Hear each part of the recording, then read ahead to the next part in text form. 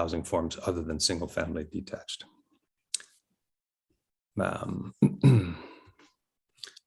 So another thing that Rob mentioned in his time with you, which I found very interesting, was the concept of looking at Bowen and seeing just what's remaining. And so when you look on Bowen and you see, if you're in a helicopter flying over Bowen, you see trees, mostly trees. You don't see a lot of housing, and a lot of that is Crown land. And I don't think the Crown's in the business of selling land to public or even private interests for the purpose of residential. So I think you can look on Bowen and say there's limited density available. You can look at what remains, what exists today, and you can look at the zoning that's layered over that land, and you can come up to a number. And then the idea of looking at that same land and saying, well, what does Bowen really need? And then working towards zoning or preemptive zoning to create that, and then looking at what the full build out is. I think that's a very interesting concept. So for our needs, what we're looking for, in other words, the second question, what do you want and how can we help you get there? One piece that wasn't mentioned that Rob didn't talk about, although I think it's always there, is that, on Bowen, I think the easy pieces of land have been developed on Bowen over time, whatever. We're all behaving at the edges, both the edges of the community, but the edges of infrastructure, the edges of sort of the transportation availability, the edges of environmental constraints, geological constraints, it's financial constraints. I mean, we're behaving on the edges as it gets harder and harder. So it's getting harder and harder to develop on Bowen, right? And where we are on the west side, just certainly, Arbutus Ridge, in that sort of blue water zone, we have our own issues.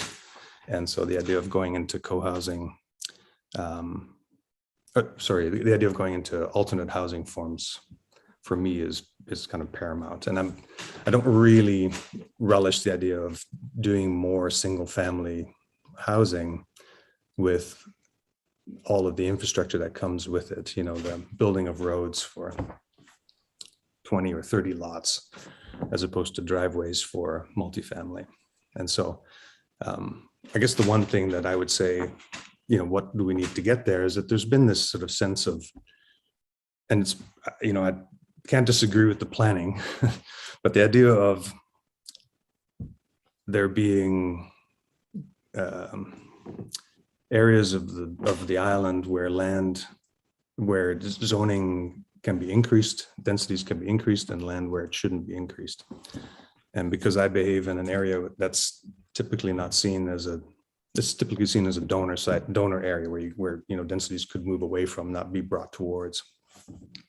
But maybe that's the one thing that could be changed, is that you look at the outlying areas of Bowen, the further areas away from the cove, and say, okay, well, there's zoning that exists there. Likely it's mostly all single family detached. Maybe there's an opportunity to see those areas also as target areas for some multifamily. And then specifically that lends well, because then, maybe the same amount of people live there, it's a different housing form, but we're having way less impact on the environment. We're building driveways, not roads. We're building, you name it, right? And even from a water infrastructure perspective, multifamily tends to use less water than single family detached, because a lot of that water goes into landscaping. So some ideas that we are discussing, and I don't know if, Daniel, how much you think we've brought forward, but with the Emily Pearl lands, we've brought forward the idea of how do we take this social impact program and how do we realize it? Because I'm a typical developer, it's a financial world for me. If it doesn't work, it doesn't work. or you change it to it works, and it's all about, you know, how do you fund it, how do you finance it, how do you build it out, and so on. The Emily Pearl piece, when you're going to something that's a bit more program intensive, building housing, cottages for seniors, rental, building housing for adults with special needs. That's a different thing. And we've been, you know, what I'm working on here on Bowen specifically is, you know, how do I bring that to fruition, right? The real challenges remain, the costs remain, you know, the costs are high. So you look at a program like that, you've got to raise $6, $7, $8 million to build cottages, and then, you know, you can rent them out. Well, okay, that's great, but how do you do that?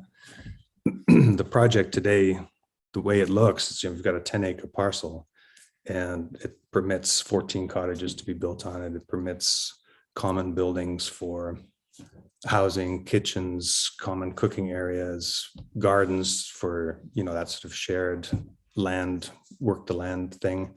There's some commercial zoning that allows us to build maybe a store that interacts with the rest of the community, so the community can interact that way with this sort of sub-community. But today it looks like a 10-acre parcel that's held by one corporate entity. And so how do we do that? How do we raise the money to do that? Or how do we include people who want to eventually live in this land? How do we involve them in the building out of it, right? How do we realize it so that people can participate and then live there? And if you look at it now, it kind of looks like a cooperative in the sense that it's a company. And if you want to live here and eventually be part of this, you have to buy shares in the company. And then you can put more money in the company and you can build your space and then you can live there, right? But you own a share of the cooperative. You don't own your own piece. And that's a difficult thing to put together. In part, it's difficult because it also polarizes who can participate. You know, you need cash. You can't borrow against a cooperative purchase. The banks don't have the land asset for you to use as security. And so what I've started to work, I think, with Judy on initially, and now we'll be talking to Daniel about this in the near future, is taking that model and permitting it to become more of a co-housing model where people can participate. There's a titled entity that the bank can attach to, so that now you can now we can reach people that don't have 800,000 but may only have 300,000 to start with. You know, like there's a sort of a slightly different model than what we have today, understanding that the project is still governed by the same guidelines. It's still only 14 cottages. It's, you know, the way it behaves is determined by the housing agreement, just looking for different ways to finance it. So I was also really interested in Mark's presentation because he appears to me as super technical in that and trying to figure out how to bring people and housing together. But, you know, I'm not that person. So I just see it a little bit more traditionally in the way development works, you know. And so to me, co-housing kind of looks like a strata, and I understand strata, you know. But so that's something that I'm going to be bringing forward. I also want to tie in a little bit, and this is something that we have started talking about, and I realize this is being recorded, so whatever, but and that this is public, but we have options on a neighboring property to us. And so we're also looking at how do we work with that property. And so this brings to me, you know, the opportunity, or to mind, back to the first question, you know, what are my thoughts on housing on Bowen? I think that there's also, you know, when we look at the idea of taking the hinterlands, as we're known, and putting or considering different housing forms or considering upzoning, there's also an opportunity for Bowen to be strategic in that sense, because upzoning allows us to also offer more infrastructure. And so infrastructure solutions for, in this case, for example, blue water.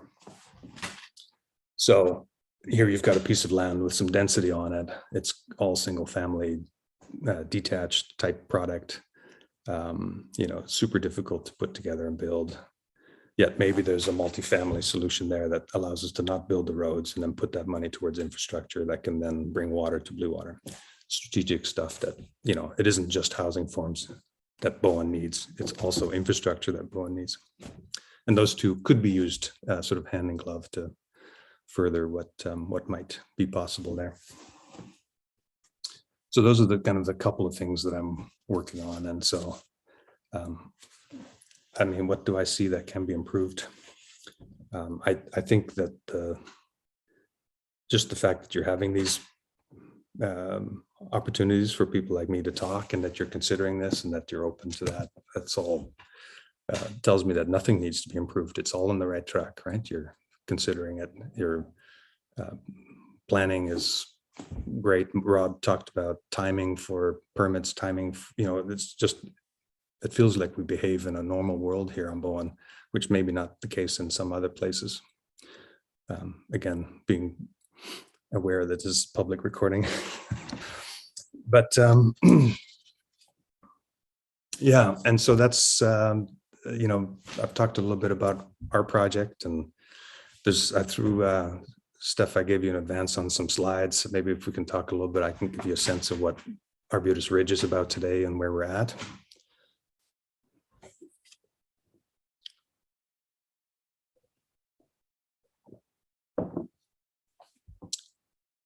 Can you share those with us? Oh, yeah, okay. Sorry, my computer's just so slow today. It's just got them now. It's all right. Thanks so much, Allard, so far for everything that you've said. I wonder if I could ask you a quick question with the Emily Pearl. It sounds like it's an ownership model, and that's what you're pursuing. Had you considered rental and ruled that out for reason, or is that still on the table? It's the zoning and the housing agreement requires it to be rental product. Okay. But what I'm talking about is the how to build it and who's going to own it in order to rent it out, right? So yes, it is a rental product. In fact, the housing for the special needs is rental and respite as well, respite. So it can be short-term and long-term rental. And then, it's just an interesting, for me, it's an interesting community concept because you're dealing with people that have a need. It's a transitory thing. We talk about transitional housing, for seniors, but the emphasis there needs to be transitional housing for seniors rurally situated. There are solutions in the city. There are no solutions anywhere rurally. And so if you live on an island, or if you live anywhere outside of the sort of the Vancouver postal code, you're going to want, the ideal solution would be a small space where you can stay near sort of your rural sentiment, right? And if any of you've gone through, and I'm sure you have, but parents and aging parents and dealing with the sort of the sadness that comes with some of the solutions that are in place today, having smaller, calmer, rural, what I would say normal solutions would be, really important.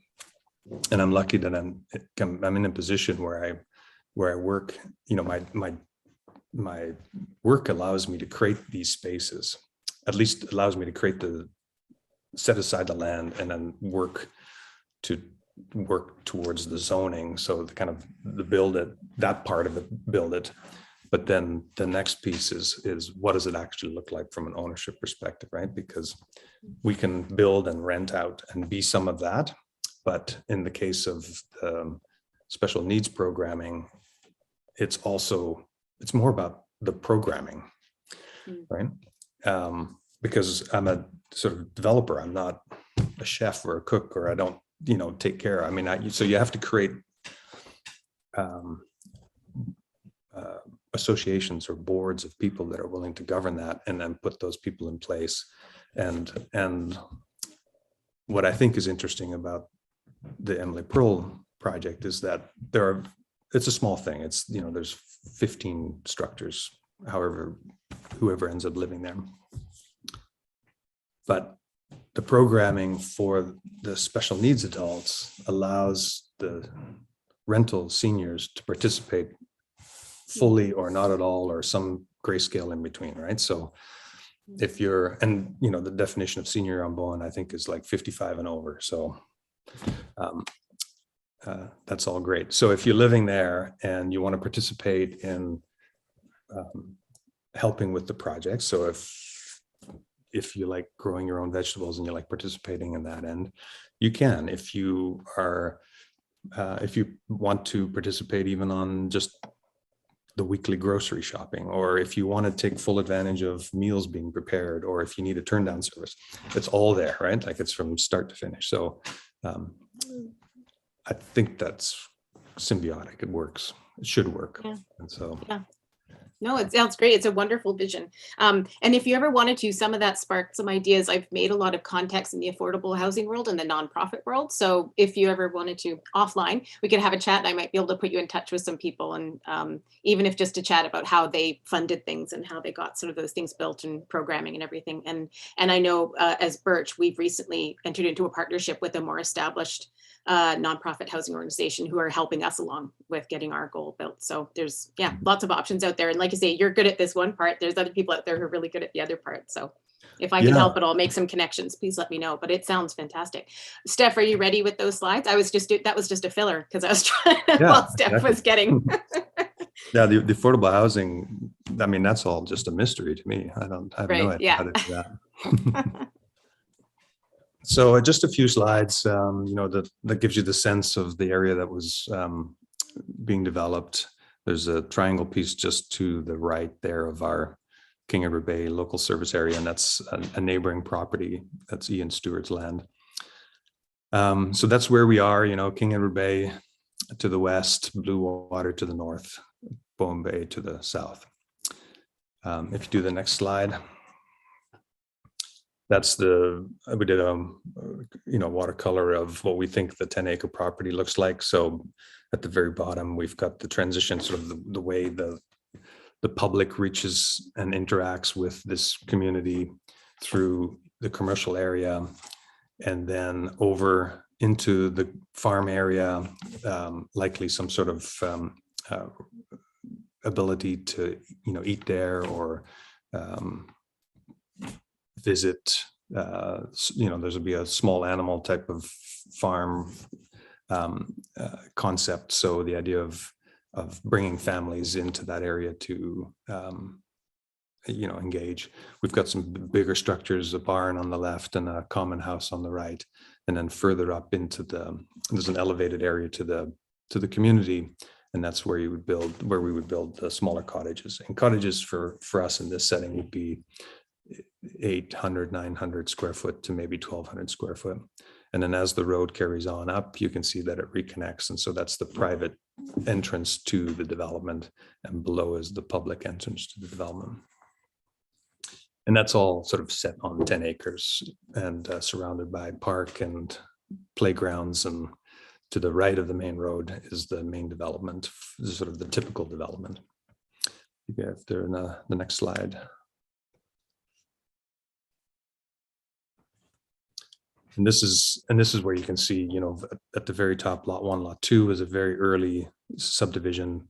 We created the Arbutus Ridge Park, the play park that you may have seen applicants for as they helped to build out. The lighter green is the Emily Pearl piece with the driveway through it, surrounded by the reserve.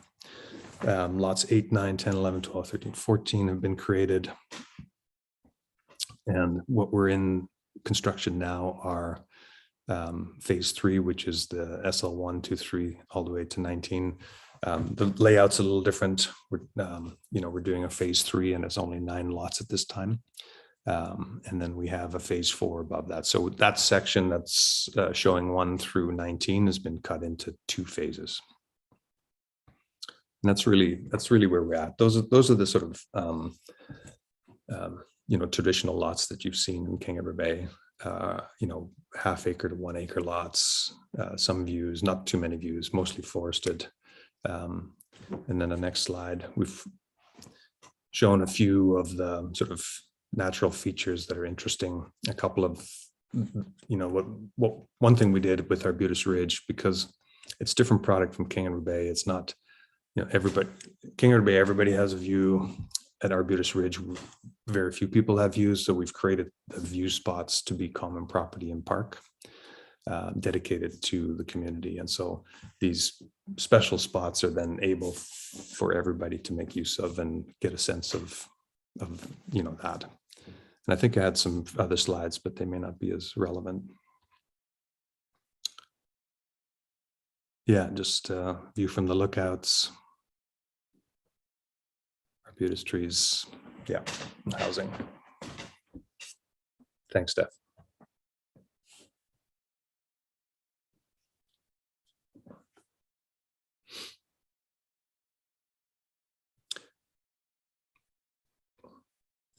So so that's my recent update on projects.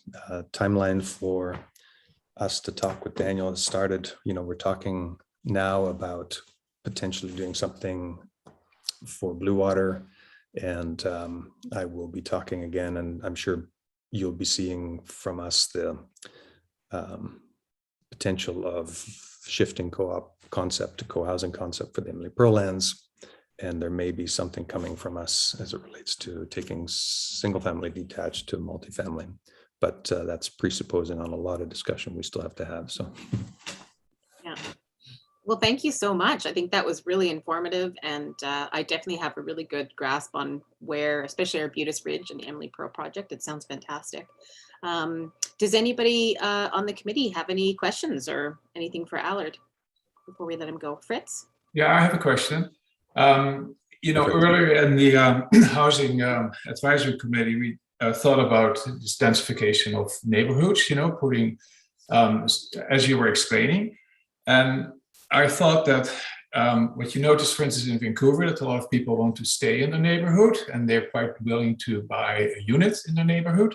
So maybe one way to get these buildings actually financed is to allow locals or Bowen Islanders in general to buy these units, which they may not use for many years, but it may be easier to accept a lower financial return because people buy something that in their mind, maybe one day they will use themselves in their old age. You know what I mean? It's a bit of a selfish way of thinking about it, but it is, I think, a way that the purchase is not just justified by financial return. It is, but what it would do, of course, if that would be successful, is that people will, at a certain point, consider selling their house. You know what I mean? And actually, it will give some flow through. And if in those existing single-family neighborhood, some densification is happening as well, like maybe you can rebuild as a duplex or a triplex or whatever, then I think you kind of instigate something that gives a certain amount of flow through, and people can actually move without feeling sad. You know what I mean? And I think there is money. I think that money is just sitting somewhere, because if you look at the average income of Bowen Islanders, that's pretty high statistically. Yeah, I think that's right. So whether that's a property, whether that's an investment in a project to be, or whether that's an investment in let's say, in a cottage, if the return is the long hold, so potentially rental income, I guess, until they choose to use it, or a non-performing return until they're ready to build, right? It is a different model than what I'm traditionally used to presenting, and we're at the cusp of going public with our prospectus. It's being reviewed privately, but under the current model, it would be the sort of the land, the servicing of that land and preparing the property for that, taking it out of the conventional development and then bringing it aside for this purpose, right? And so there's two layers, but I'm trying to position it initially to people that have an interest with special needs. So for example, and Down syndrome is one of those determinations, but it's you don't have to go too far from Bowen or on the other side of the ferry before you find 14 parents that have concerns about where their children will grow up when they're no longer here to take care of them, right? Yeah. So it would seem to me that it's just a matter of reaching those people, and that's where I'm going now. If I'm wrong, then it falls back to a more conventional product, and then we need people who don't necessarily need to have that space for Down syndrome special needs programming. Then it falls more to the rental income, what have you, right?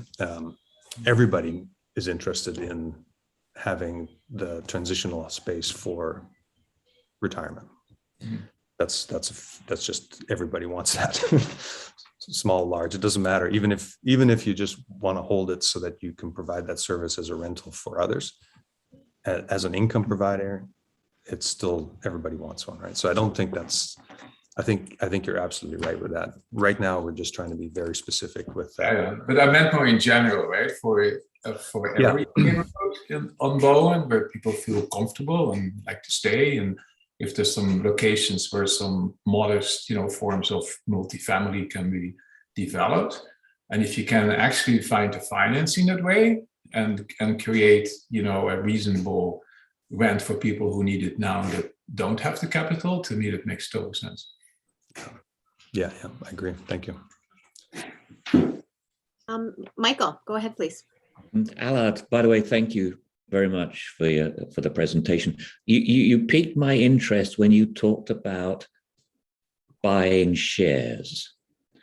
And I understand from a conventional banking point of view that this is going to put up all sorts of obstacles because there's no equity to buy. Is this something you are going to try to pursue, or has it simply proved too many roadblocks for you to continue with? I can do either. I'm pursuing it today. And so we're building a collective of investors that are interested in furthering the Emily Pearl project. But then there still needs to be a transition to the people who will want to live there, or I should say, to be technically more accurate, because they're rental properties, people that wish to invest in the ownership of the property so that they can create that rental opportunity space, right? And that may require co-housing concepts. In other words, the ability for someone to actually own a piece of what they're buying versus a share of the collective, right? And but I'm not 100% there yet, but my sense is that that's probably coming at some point. I hope you will keep us posted, because I think you're breaking quite a lot of new ground there. And I'm just trying to work out in my own mind, wheels are turning, some of the obstacles you must be facing, yet some of the opportunities it provides. And I think this is not uncommon in Europe. Please keep us posted as you work your way through this, because I think some of us can have a singular appreciation of just some of the complications when you start to move out of conventional financing, conventional banking, so on and so on. And you really are, in my opinion, and correct me if I'm wrong, breaking quite a lot of new ground here. I hope not. I do too. Yeah, but, I really do. I hope not. Yeah, it's all possible if you can just write a check and build the housing, and even a small program like this with 14, 16 structures, the infrastructure, all of that, it's still $9 million or whatever the number is, right? They're big numbers, and so if you can write the check, it's fine. If you can't, then you have to go and find other ways around it. And the current structure has some challenges, and we will see as we proceed down that raise, we'll see what those challenges are. And then, we'll be flexible and present that as part of our pitch to Bowen Island to see if there's interest in helping with that. Good luck with it, Alan. Thank you. Thank you. Maureen, go ahead. Thank you. And thank you so much, Allard, for your presentation. I've been wondering what was going on with the Emily Pearl project. So it's really good to hear the update. As Robyn mentioned, if the two of you are getting together to chat about how to move forward on this, I'd love to be a third person at that table.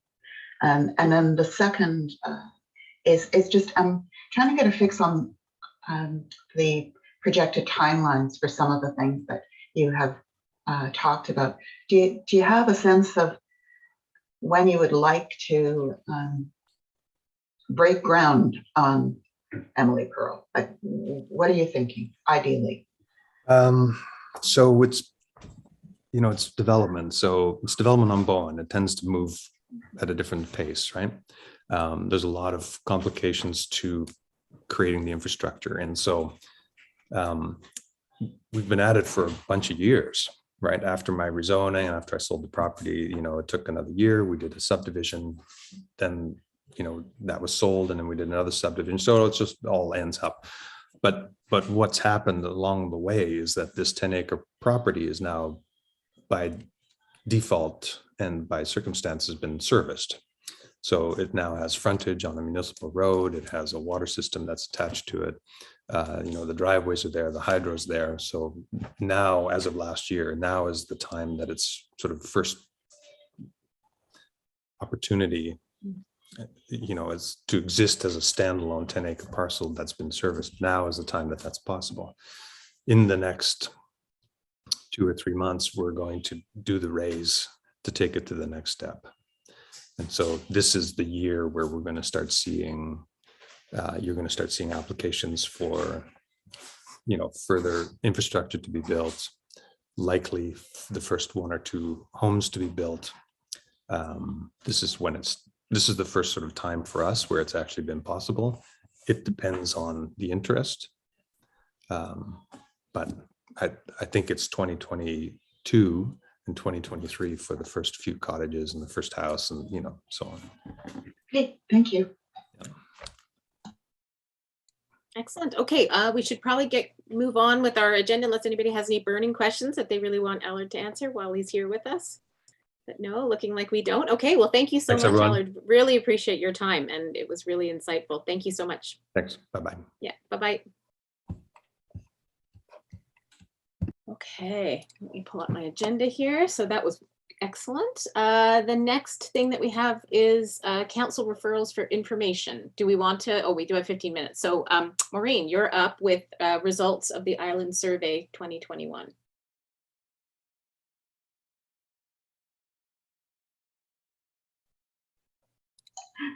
Unmute myself here. So you have the results, the full set of results from the Island Survey, which was conducted over the summer, is my recollection. And we asked, as one of the sets of questions, a series of questions related to housing. And the summary statistics are on page 9 of the survey. And forgive me, I'm just getting back into it here.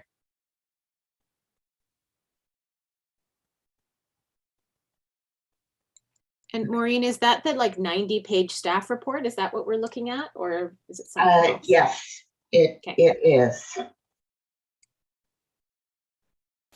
And if you note, this is simply on the agenda for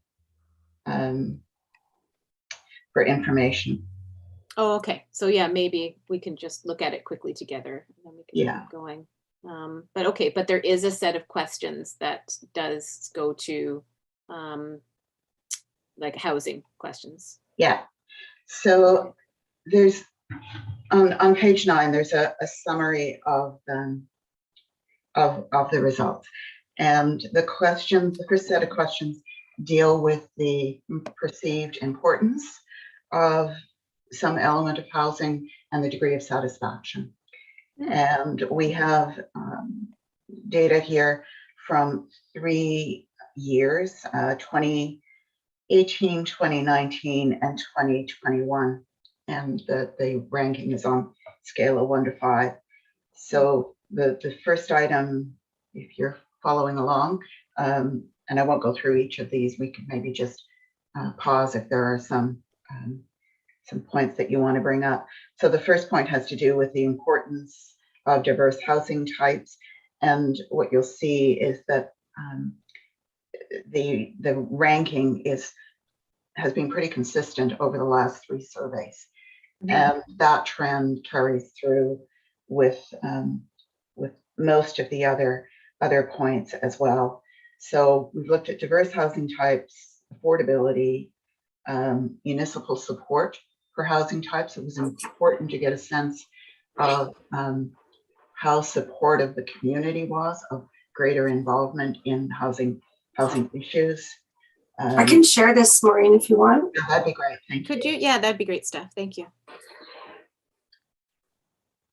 And then also the importance of muni-owned lands for diverse and affordable housing. Yeah, sorry, I didn't collect my thoughts before this. I didn't. Okay. I should have flagged this for you. Sorry. I actually called Sophie and asked her if she would present, but my fault. I'm sorry. No, it's okay. So I guess maybe I'll just give it back to the committee. Are there any points here that you want to pick up on? I mean, obviously there's a lot less satisfaction than one would hope for. Daniel, did you want to? I was going to say to Steph, if you want to go to page 23, there's like some more, it doesn't compare the years, but it has some interesting, just more housing questions. Oh, geez, I've gone too far. Sorry. Yeah. Sorry, Steph.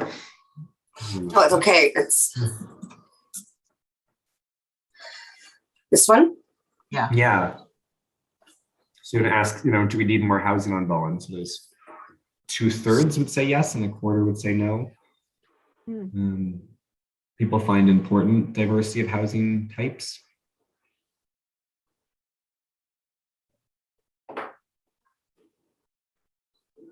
And then if you go to the next page, there's some questions about housing gaps on the island. So the top 85% of people said affordable rental is a gap, a housing gap. Whereas sort of that 9% of people saying there's sufficient housing on the island.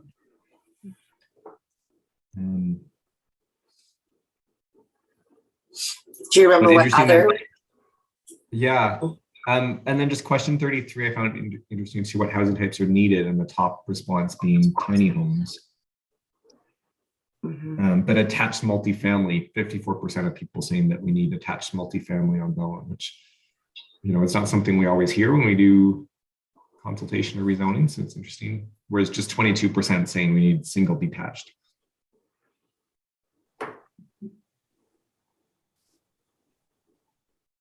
So the clarifying note on tiny homes as small detached homes on a foundation was necessary, because I think the first time we did this survey, we simply used the phrase tiny homes. And it was obvious when we got the survey results back that people didn't quite know what we were talking about. And I think it probably became clear to us that we weren't certain. So clarification came into play. Yeah, and it might serve further, because I think that you're right, that extra definition of small detached homes on a foundation is useful. And then I wonder if next time you sort of describe it as, something between, 300 and 800 square feet or something like that, just so then people get an idea of what that means, if that jives with the definition of what you're going for. Because, tiny houses, I don't know if there's like a strict definition of them, but often when people think tiny houses, they think literally, trailer size tiny house that's like 150 square feet or whatever it is, 200 square feet. So if the question's more about, small detached homes on their own foundation, but small, you know, even just like Allard was saying, you know, 800, 900 square feet or less. It'd be interesting to have that distinction. So if that makes sense next time the survey comes around.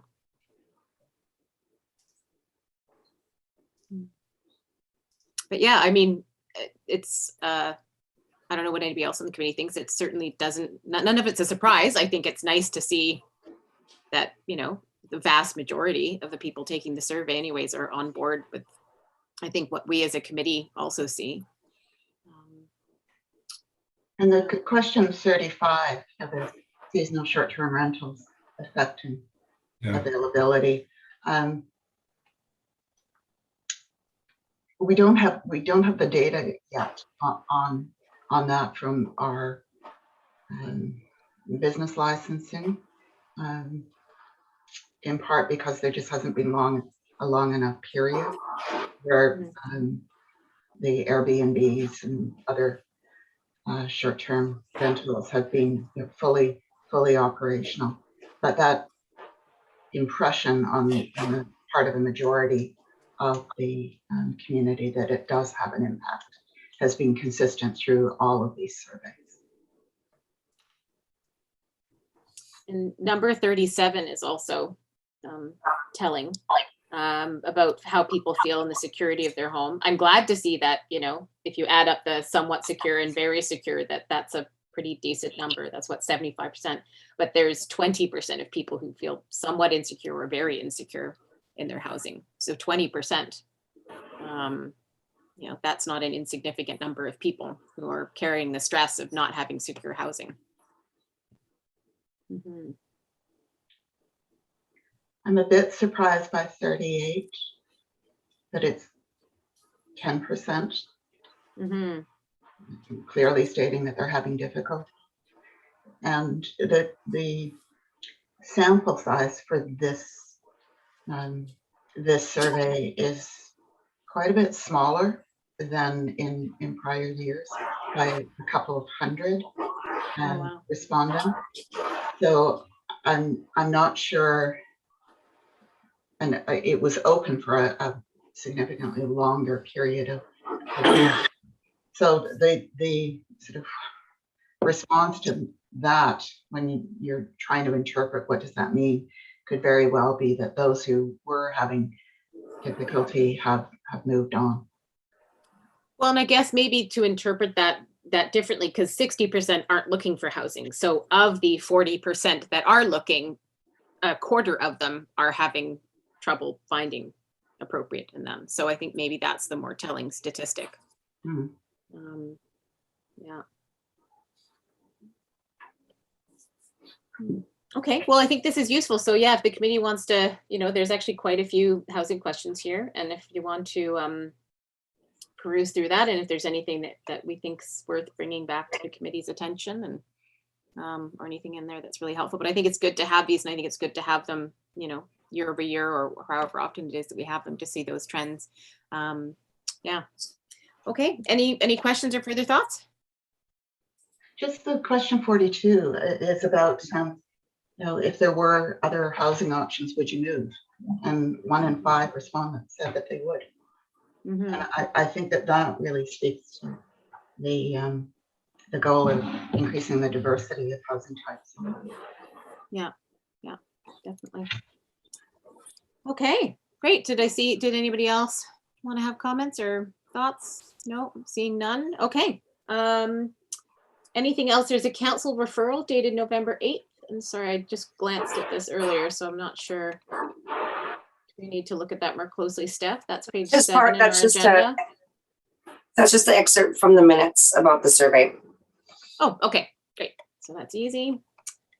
Okay, so if hearing no objections, I'm going to go forward to number 6, which is our work plan and the final draft. So I apologize, everybody, I didn't get to send this out ahead of time.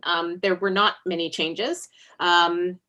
I got the feedback from Ron, who definitely felt like number 1, setting house targets should be our top priority. And I think most of us are in agreement with that. So it's number 1 in our list.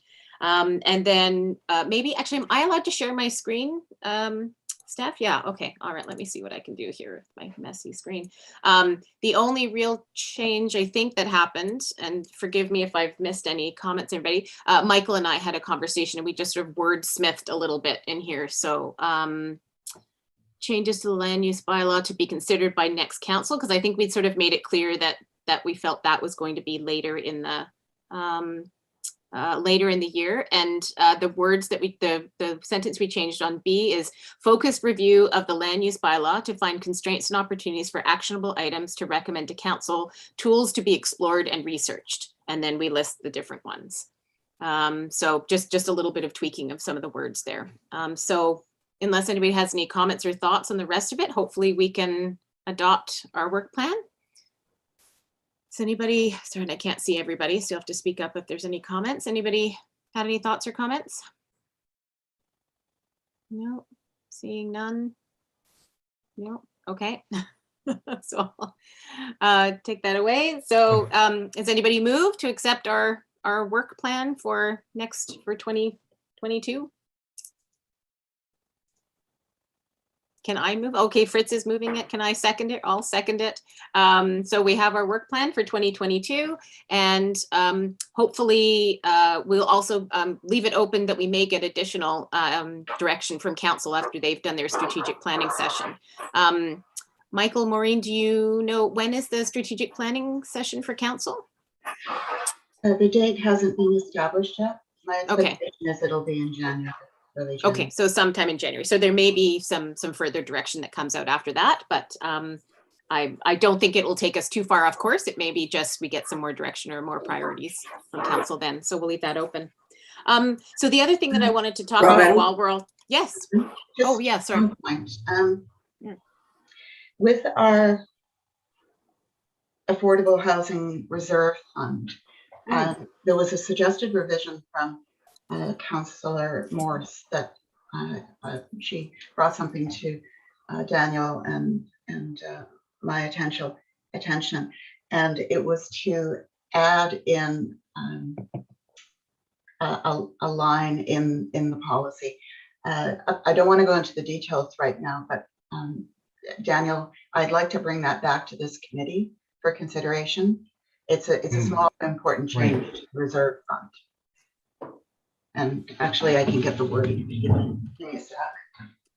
Okay, I'm just making a note here. So as a third point under Housing Reserve Fund, I would put potential review of policy and in brackets at direction of council.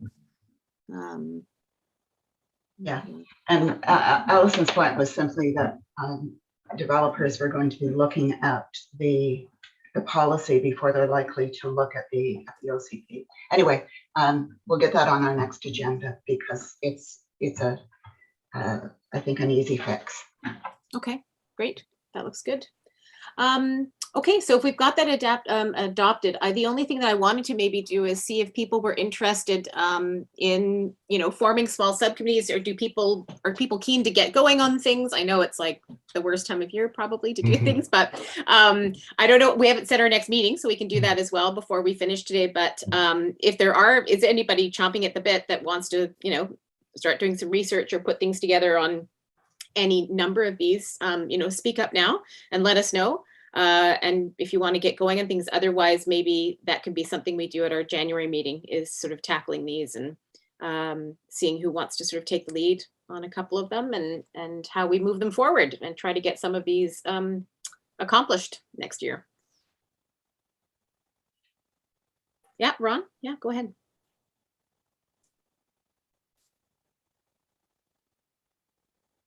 I'd be happy to do some work, perhaps contacting other municipalities and just asking what others have done in terms of setting goals for affordable housing and rental housing, because what's the best way to word such things, and how does one figure out what's a realistic target? I think that's a great idea. So yeah, if you want to go ahead and start doing some research, definitely there's online research. I've done a couple of searches. The City of Vancouver comes up, not surprisingly, they have quite a robust report. I had heard through the grapevine that the District of Squamish has one, but I wasn't able to find anything online. So that might be a good place to start as well. just see if they have something that's maybe, you know, buried in some minutes somewhere that isn't sort of an official thing published online. But yeah, that sounds great. Anybody else have anything they want to get going on? Nope, hearing none. Okay. Everybody else looking forward to some downtime in December. Sounds like it. Good. Okay, so that was it, I think, from number 6. Is there any other business? Number 7, new business. Anything else that's come up over the last month or so? Housing related? Nope. I guess actually, why don't we introduce somebody, a new face? I don't know, Natasha, would you like to introduce yourself, or Daniel, do you want to give a little intro? Yeah, Natasha can introduce herself. Yeah, great. So thank you, Robyn and Daniel. As you both mentioned, I'm Natasha. I'm the new Island Community Planner here. I guess I'll just say a few words to quickly introduce myself. But my area of interest, if you could, give us your background and then what's your interest in this committee? Yeah. Totally, yeah. So my area of interests in planning, it encompasses like many things from transportation to social planning. However, over the last 5 years, I've primarily worked in the field of homelessness and affordable housing. I worked for the city of Vancouver, and I interned with the city of Toronto, and then most recently was with a research institution. So I'm happy to actually be more involved in the research around housing on Bowen. But yeah, I worked for the school cities where I was an affordable housing project coordinator. So I primarily looked at the commodification of housing in Toronto and Vancouver. And I also researched how we can scale alternative modes of affordable housing, such as community land trusts and cooperatives, and other non-market housing options.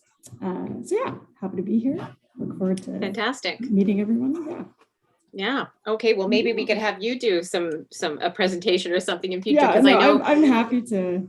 That'd be great, because I know Community Land Trust has been on our list for a while to have somebody speak about it, and yeah, that could be useful. Excellent. Well, thank you. Welcome. Yeah, thanks. Yeah, I mean, I'll just add, we're super excited to have Natasha on our staff and as part of providing support for housing and for this committee. And definitely I had pegged sort of that housing target piece is maybe something Natasha would be like if the committee wants to form a subcommittee, or if we want to do it in a regular committee. Yeah, that Natasha can help work on. That's great. I think a subcommittee would be great. So yeah, maybe we could make sure at least Ron and Natasha and myself, we could be on that, and then whoever else is interested, we could formalize that in January maybe. Sure, that sounds great. Get going on things. Excellent. Okay. Any other new business from anybody? No. Okay. Oh, I feel like it's a nice light meeting this time. That's great. That's exactly what you want in December. And then there are several information items. Do you want, and Maureen, I don't want to put you on the spot, but I think, was there a couple of these things that came from you, like the report from UBCM? Do you want to, is there any highlights you want to point out? Or I did skim the executive summary, but I didn't get through the whole report. Yeah, the reports in 8.1 and 8.2 are from me. The first one is significant in that the recommendations from the Union of BC municipalities have been in the works for a while. These are recommendations to the province to consider implementing for a provincial-wide regulation of short-term rentals, and it could be quite helpful in smoothing out some of the issues that different communities have faced in trying to approach their short-term rental problems. It addresses the platforms that are available.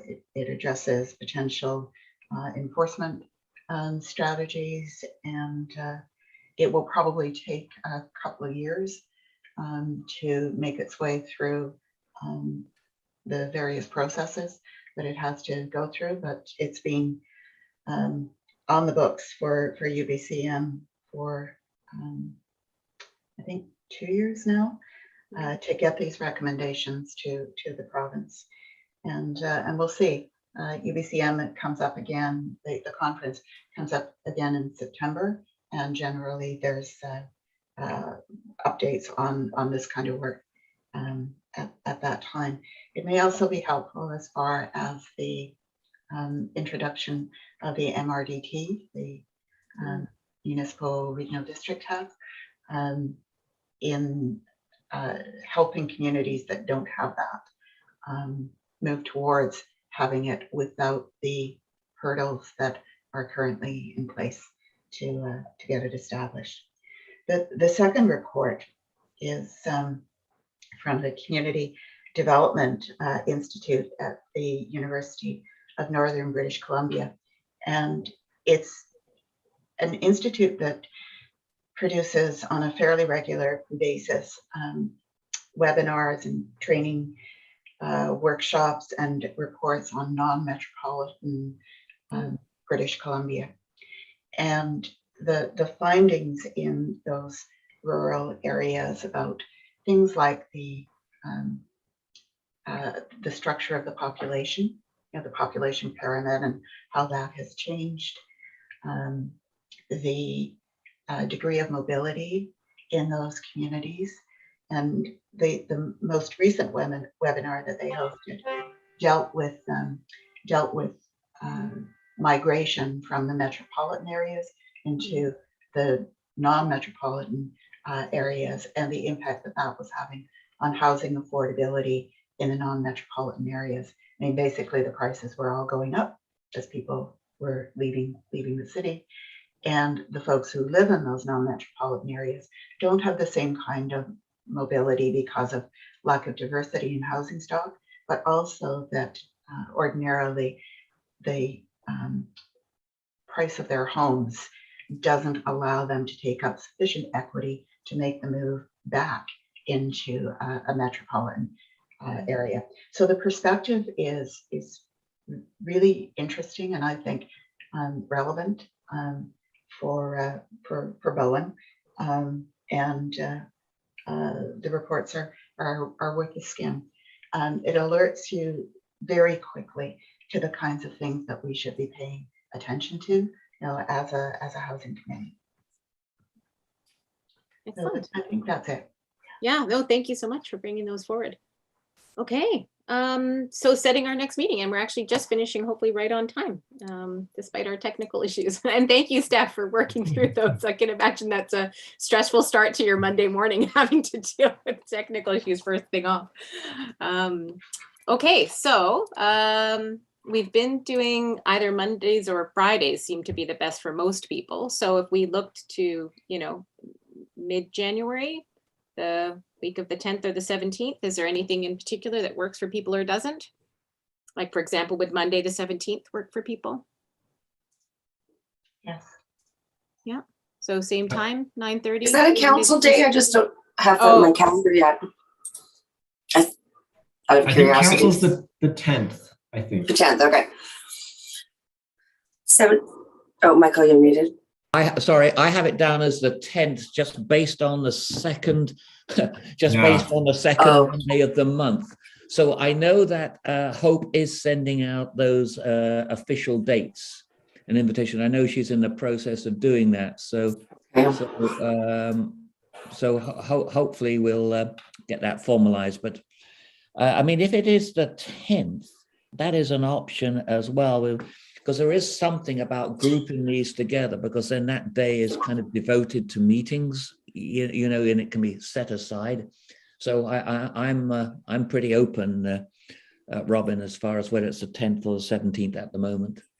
Okay, is that, so Maureen, does that work better or worse for you, having that on the same day as council meetings, or does anybody else have a preference? On the 10th. Okay.